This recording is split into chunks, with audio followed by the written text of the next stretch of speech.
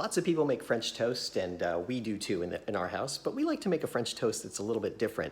It's a French toast you soak for a while, and then you bake in the oven. And it really comes out amazing. And the thing is, one of the key ingredients is the bread. And you have to use a nice eggy bread, so I actually use a challah. Challah is a nice egg bread that really works well for French toast, in my opinion. But you can also use brioche or some other type of bread like that, an egg bread. If you can't get that, you might try like King's Hawaiian bread. That's okay for this. It's a little too sweet, but it works. You could also try other breads if you like a more dense bread. You could certainly try like a French bread.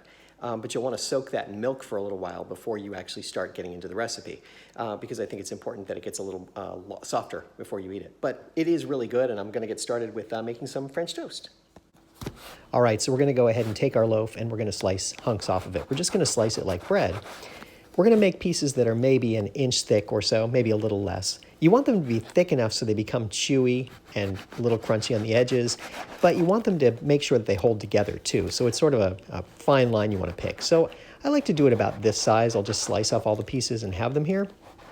Then once I've got them sliced, I'll start to put them into a tray. I have some silicone trays I use for this. I just lay them all in here.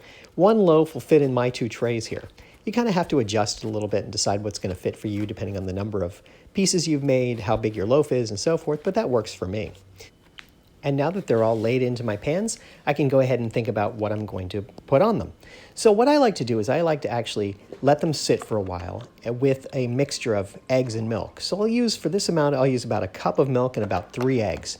That'll be about the right amount of liquid to allow them to absorb. If I think it's not quite enough, if the bread's a little dry, I'm going to go ahead and add in some extra milk, or I can go ahead and soak them in milk first. They absorb that milk. Now, I really don't have a vegan version of this. I suppose you could do coconut milk and maybe some just egg. You want that sort of egginess to it, but I've never tried it that way. So I'm going to keep mixing until the eggs are completely mixed into it. You want to make sure that there's no egg parts in here. You want it to have a smoothness to it, not have little eggy spots where you have like pieces of yolk that stick on there. So I'll go ahead and continue to mix it until I reach that point. And that's getting pretty close. I can see that the egg mixture is coming across and becoming sort of a totally emulsified situation here where I've got all the eggs and milk mixed together. Now I'm going to go ahead and I'm going to add a little orange extract. I like the flavor the orange imparts into it, but you could certainly make it something else if you like. You could add vanilla extract, a little extra vanilla. You could add almond extract, lemon. Other things work as well. Now I'm going to put a little vanilla in here too because I like the vanilla flavor kind of comes through, just a splash or two. And then I'm going to add a little bit of nutmeg. I have some already ground here, so I'll put some nutmeg in it. And that'll just give it a little bit more flavor. It just brings out a little more in it. And then the last ingredient that I need, actually there's 2 more. The second to last ingredient I need is a little bit of sugar. So I'm going to use about a 1/4 cup of sugar or so and put that in there. I like brown sugar in it because it dissolves really nicely, but you could use other sugars if you like. And then finally I'm going to add cinnamon. Cinnamon, I think, is the most important thing in here. I need a lot of cinnamon, so I'll go ahead and just put a bunch in there and then just mix it up.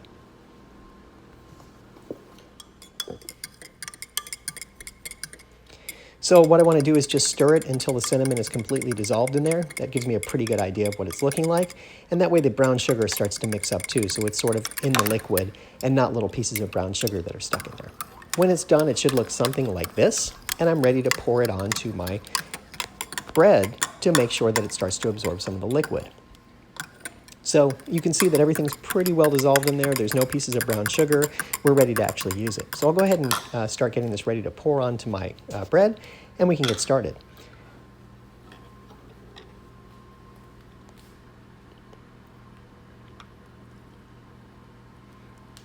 So here we go. I'm just going to get that poured on there. I want to cover my entire loaf with this mixture.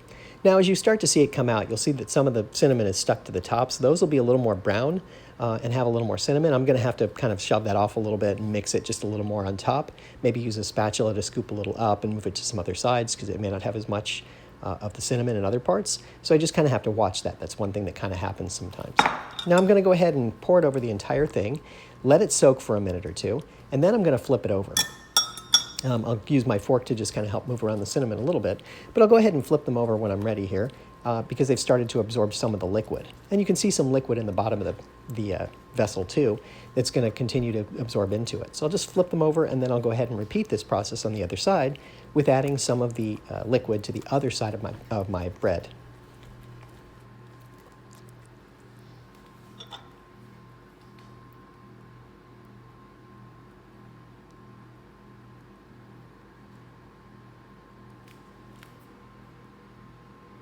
It's important that you get a nice even coverage, a nice coating on the entirety of your bread. You want to make sure that there's no spots without any liquid in it. Again, if you're dealing with drier bread or something that's maybe day old, you want to make sure you soak it a little bit first so that the milk is already in it and it's already soft before you start adding the batter. So I've mixed it around a little bit here. I'm going to go ahead and move it around and just make sure everything's kind of mixed in. And I'll let it sit for a while. Once it's done soaking in, and it could take a long time to do it depending on how dense your bread is, how dry it is, and so forth. It could take hours to do it. I'll look at it and I'll see that there's almost no liquid left in the bottom, so I am ready to start cooking this. It's absorbed as much liquid as it can at this point. I could probably add a little more if I wanted to, but I think we're ready to go. So one thing I'll add to some of them is some almonds. I like almonds on the top of it. I think they add a little texture and a little flavor to it, so I like putting a few almonds on some of them. I just do it on some. I don't do it on the entirety of my batch.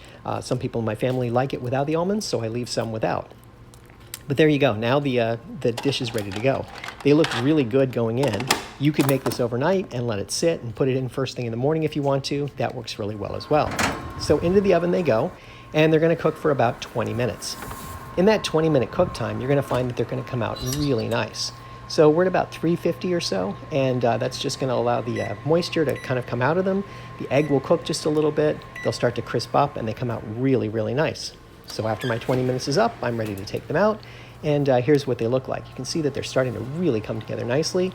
It's a beautiful looking dish. As you look at it, I just kind of touch the top to make sure that they're a little bit hard on the top, which means that they're cooked through, and I'll take them out of the oven. And they are ready to go. That's what it looks like. And I'm telling you, there is nothing like this French toast. This beats any other French toast, hands down. There is nothing like it. And you can see on the other side where I did the almonds, they're a little bit toasty and a little crunchy, and that makes them really nice. So I'll go ahead and take one out. I'm going to add a little maple syrup. I like a little bit of maple on it. And then I'm ready to eat it. That's it. That's all there is to it. This is great for a brunch. We make them a lot of times. We'll make them the night before and just stick them in the oven that morning, and we're ready to eat.